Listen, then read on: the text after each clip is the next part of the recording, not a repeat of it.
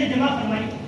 آپ سے پوچھا گیا کہ آپ کو کیا پسند ہے, تو آپ فرماتے ہیں مجھے 3 چیزیں پسند ہیں, بھوکوں کو کھانا کھلانا, ننگوں کو کپڑے پہنانا اور قرآن مجید کی تلاوت کرنا. بڑی پیاری شخصیت, بڑی پاکیزہ شخصیت. لیکن دوستوں لوگوں نے اپنے اختلافات کی نظر انہیں بھی کر دیا, ان پہ بھی شکوک و شبہات کے ایسے بادل ڈال دیے. لیکن نہیں, اہل سنت والجماعت کے یہ موقف ہے کہ ہم دین کو جیسے قرآن سے سیکھتے ہیں, صحابہ سے سیکھتے ہیں, ویسے صحابہ اور اہل بیت کی شان کو بھی ہم ایک دوسرے سے سیکھیں گے, کسی اور سے نہیں سیکھیں گے. حضرت عثمان غنی وہ پاکیزہ شخصیت کہ حضور پاک نے ارشاد فرمایا کہ عثمان جنت میں میرا رفیق ہوگا, جنت میں ہر ایک دوست ہوگا, جنت میں میرا دوست عثمان.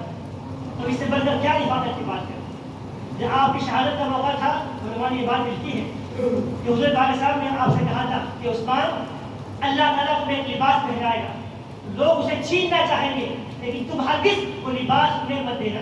اس سے مراد تھا کہ اللہ تعالیٰ آپ کو خلیفہ بنائے گا, لوگ آپ کی خلافت کو چھیننا چاہیں گے, لیکن آپ اسے دستبردار مت ہوئیے. جس دن شہادت کا موقع تھا, آپ کو شہید ہونا تھا, اس رات آپ خواب میں دیکھتے ہیں کہ حضور پاک صاحب ارشاد فرماتے ہیں کہ عثمان آج جمعہ تم ہمارے ساتھ میں پڑھو گے. اور ایک روایت میں ہے کہ آج کا افطار ہمارے ساتھ میں کرو. تو روایتوں میں کہ آپ نے اس دن جب صبح ہوئی روزہ رکھا اور شلوار پہنے, عموماً شلوار نہیں پہنتے تھے, تہمت نہیں پہنتے تھے, آپ نے شلوار پہنی اور قرآن مجید لے کر بیٹھ گئے.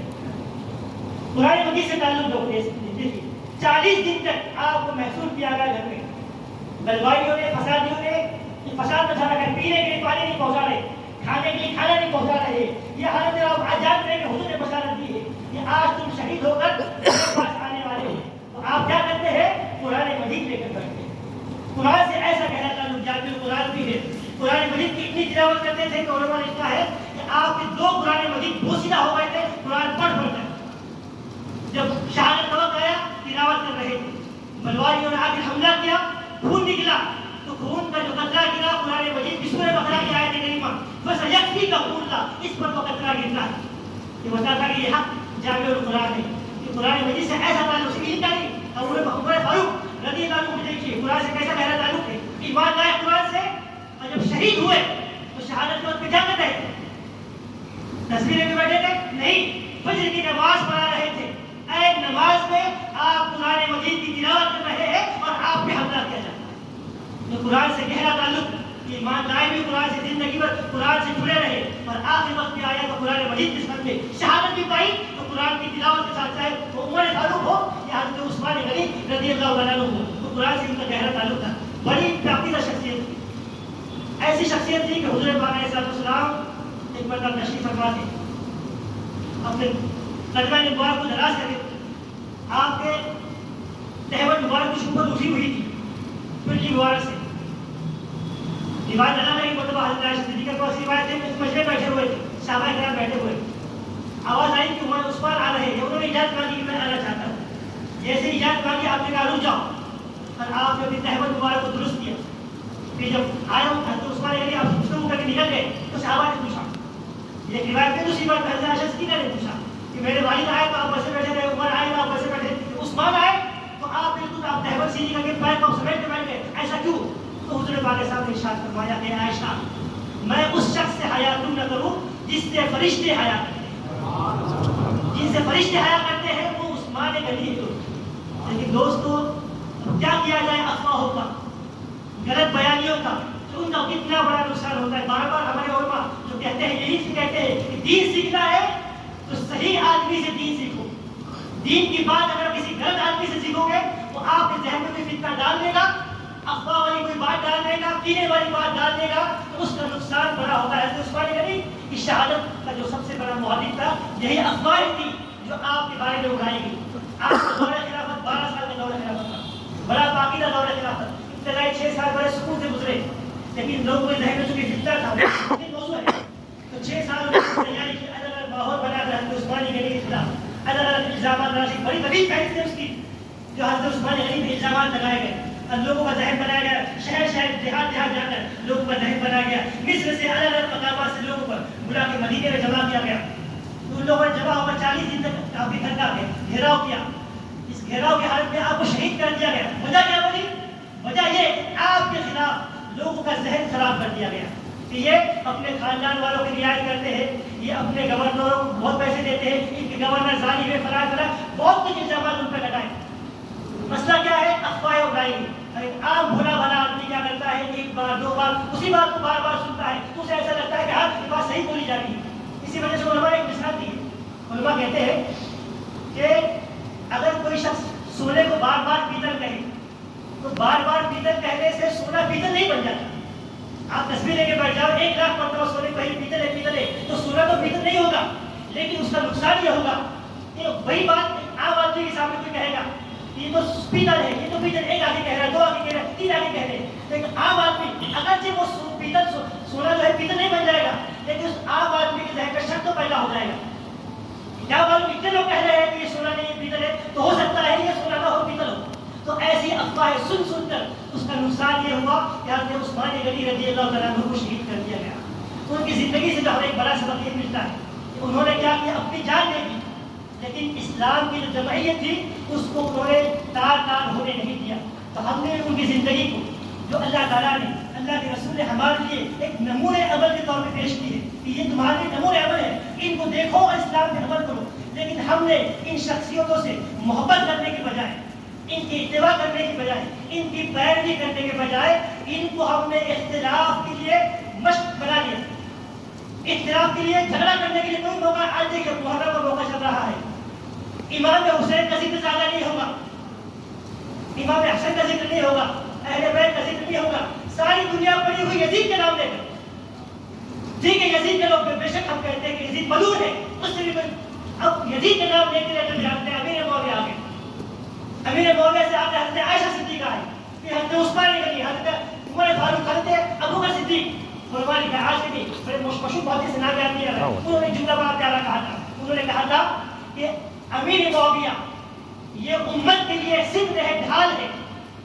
جب ان کی حرمت کا پردہ چاک کر دیا جائے گا تو بات صدیق اکبر تک پہنچ جائے گی. آج وہی حالات ہے کہ سلسلہ برسوں سے چلا رہا ہے حضرت امیر معاویہ کی برائی کرتے کرتے. اب یہ معاملہ کیا ہوا، برائی بات تک محدود نہیں رہی، وہ تو کامن بات ہو گئی. اب ہر ایرا گھر آتا ہے حضرت امیر معاویہ کے بارے میں کچھ بھی بول کے چلا جاتا ہے جس کی کوئی حیثیت دین میں نہیں ہے. لیکن اب معاملہ وہاں تک نہیں رہا، اب معاملہ پہنچا اوپر تک. حضرت عائشہ صدیقہ پر زبان دراز ہونے لگی، حضرت عمر فاروق، حضرت عثمان غنی، حضرت صدیق اکبر پر. آج تو لوگ مناظرہ اس بات پہ کرنا چاہتے ہیں کہ صدیق اکبر عمر فاروق مومن تھے بھی یہ نہیں تھے. استغفر اللہ، ان کے ایمان پہ مناظرے ہونے لگے. تو جو بات علماء نے کہی تھی کہ امیر معاویہ یہ ستر ہے، یہ ڈھال ہے، یہ ڈھال ٹوٹ جائے گی، یہ پردہ بڑھ جائے گا تو معاملہ اوپر تک چلا جائے گا. دوستو یہ شخصیتیں صحابہ کرام کے بارے میں جو فرمایا گیا الصحابۃ کلھم عدول، سارے صحابہ کرام عادل ہیں. اب آپ ہو گئے عادل تھے تو ان سے گناہ ہوئے بلا ہوئے. ایک اصولی بات ہے کہ آپ کو مشکل بتاؤ، آخر میں بچا ہوا ہے. کوئی سید زیادہ ہے، اہل بیت ہے، کیا اگر اس سے گناہ ہو جائے، غلطی ہو جائے، خطا ہو جائے تو کیا وہ سید نہیں رہتا؟ اس کی زیارت ختم ہو جاتی ہے؟ ہرگز نہیں. اللہ تعالیٰ نے قرآن مجید میں فرمایا ہے انما یرید اللہ لیذھب عنکم الرجس اہل البیت ویطہرکم تطہیرا. اہل بیت اللہ نے آپ کو ہر ناپاکی سے پاک کیا ہے، کفر کی، شرک کی، منافقت کی، کینہ کپٹ، ہر گندگی سے پاک کیا ہے. تو اس کی تفسیر میں علماء نے لکھا ہے کہ اگر کسی سے یہ زیادہ سے کوئی غلطی ہو بھی جائے، کفر بھی ہو جائے معاذ اللہ، منافقت بھی معاذ اللہ، کچھ بھی ہو جائے، گناہ ہو جائے، تو ہو سکتا ہے گناہ ہو جائے، لیکن اللہ تعالیٰ کے انتقال سے پہلے انہیں توبہ کی توفیق دے دے گا. کوئی سید بغیر توبہ کے اس دنیا سے نہیں چلے گا. ہمارے حیدرآباد کی مشہور شخصیت جنہیں امام اعظم ثانی کہا جاتا ہے، حضرت ابو رفاع غنی رحمۃ اللہ علیہ بیان کرتے تھے کہ سیدوں کی مثال سانپ کی طرح ہے. کہ سانپ اس دنیا میں آ نیا چلتا رہتا ہے، بل میں جانے کا وقت آتا ہے تو سیدھا ہو کر داخل ہوتا ہے. تو اہل بیت کی سالات کی مثال بھی ایسے ہو سکتا ہے زندگی میں سے گناہ ہو، غلطی ہو، لیکن جب آخرت کی بات آتی ہے مرنے سے پہلے وہ سیدھے ہو کر جاتے ہیں، اللہ تعالیٰ توبہ کی توفیق دیتا ہے. تو جیسے گناہوں کی وجہ سے سیدوں کی سیادت ختم نہیں ہوتی، ویسے گناہوں سے صحابہ کی صحابیت بھی ختم نہیں ہوتی. تو جیسے اہل بیت سے گناہ ممکن ہے تو صحابہ سے ممکن ہے، خطائیں ممکن ہے. ہم انہیں معصوم نہیں کہتے، ہمارے پاس معصوم صرف انبیاء کرام ہیں. انبیاء کرام معصوم ہیں. خطائیں غلطیاں ہو سکتی ہیں صحابہ سے، لیکن غلطیاں ہونے کے باوجود، خطائیں ہونے کے باوجود ان کی صحابیت کا شرف ختم نہیں ہوتا. کیوں؟ کہ ان کو جو صحابیت کا شرف ملا ہے نیک کاموں کی وجہ سے نہیں ملا ہے، نماز روزہ حج زکات کی وجہ سے نہیں ملا ہے، حضور سے محبت اور حضور کے دیدار کی وجہ سے ملا ہے. صحابی کسی نمازی کو نہیں کہا جاتا کہ اتنی حج کرو گے تو صحابی بن جاؤ گے. نہیں، یہ اللہ کا فضل ہے. اللہ جسے دے دے. ہم آج چاہتے بھی کوئی دنیا میں صحابی نہیں بن سکتا. ولایت کسی پر خواہش ہو سکتا ہے، اپنے وقت کا غوث بن سکتا ہے، لیکن صحابی نہیں بن سکتا. کیوں؟ یہ فضل عبادتوں سے نہیں ملتا، یہ اللہ کے عطا سے، حضور کے دیدار سے ملتا ہے. تو گناہوں سے، خطاؤں سے جیسے سیادت ختم نہیں ہوتی، صحابیت بھی ختم نہیں ہوتی.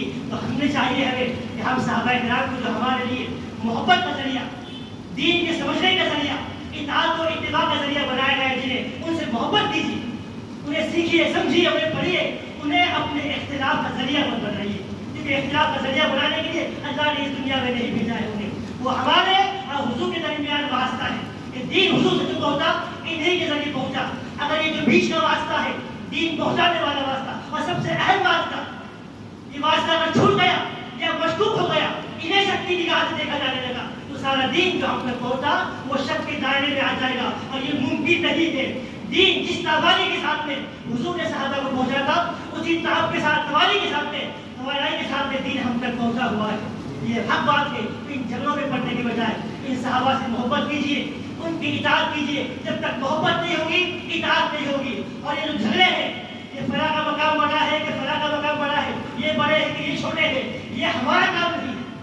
یہ تو میدان محشر میں پتہ چلے گا کہ کون بھی آج آخر بات کہتا ہوں، آج جو کہنے والے، اختلاف کرنے والے، جو یہ بھی کہتے ہیں کہ حضرت امیر معاویہ سے بھی غلطی ہو گئی. ہم یہ کہتے ہیں ہمارا موقف ہے کہ حضرت امیر معاویہ بے شک غلطی کرتے ہیں، حضرت علی مرتضی حق ہے.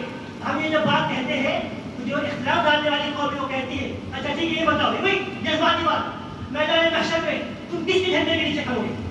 امیر معاویہ کے جھنڈے کے نیچے ہوں گے یا حضرت علی کے جھنڈے کے نیچے کھڑو گے؟ اب جو ظاہر سوال ہے، جو سوال ڈاکٹر نے کیا تھا کہ کس کا ہاتھ اونچا ہوگا، کس کا ہاتھ نیچے ہوگا، تو ویسے ظاہر سوال ہے. ہمارے استاد کرام کے حضرت مولانا رسول اللہ قادری مدثر اللہ علی آپ کرتے خطاب میں کہا تھا کہ کسی نے سوال کیا کہ تم میدان محشر میں معاویہ کے جھنڈے کے نیچے کھڑو گے یا حضرت علی کے جھنڈے کے نیچے کھڑنا پسند کرو گے، تم تو سیدانے ہو. تو آپ نے ارشاد فرمایا کہ اللہ تعالیٰ نے قرآن مجید میں دو گروہ کا ذکر کیا ہے. میدان محشر میں صرف دو گروہ ہوں گے، ایک سیدھے ہاتھ والے، ایک الٹے ہاتھ والے. ایک تو سیدھے ہاتھ والے مطلب مومنوں کی جماعت ہوگی، الٹے ہاتھ والی مطلب کافروں کی جماعت ہوگی. یہ صرف دو ہی جماعتیں ہوگی، کوئی تیسری جماعت نہیں ہوگی. اور جب ہم حضرت علی کو مومن مانتے ہیں تو ہم یہی عقیدہ رکھتے ہیں کہ ان کا جھنڈا بھی حضرت علی کے جھنڈے کے نیچے ہی ہوگا، اور یہ سارے سب کے سب مل کے حضور کے جھنڈے کے نیچے ہوں گے. تو جھنڈا ایک ہی طرف ہے، تو چاہے ہم امیر معاویہ کے جھنڈے کے نیچے ہو یا حضرت علی کے جھنڈے کے نیچے ہو، ہم سب کا جھنڈا حضور کے جھنڈے کے نیچے ہی ہے.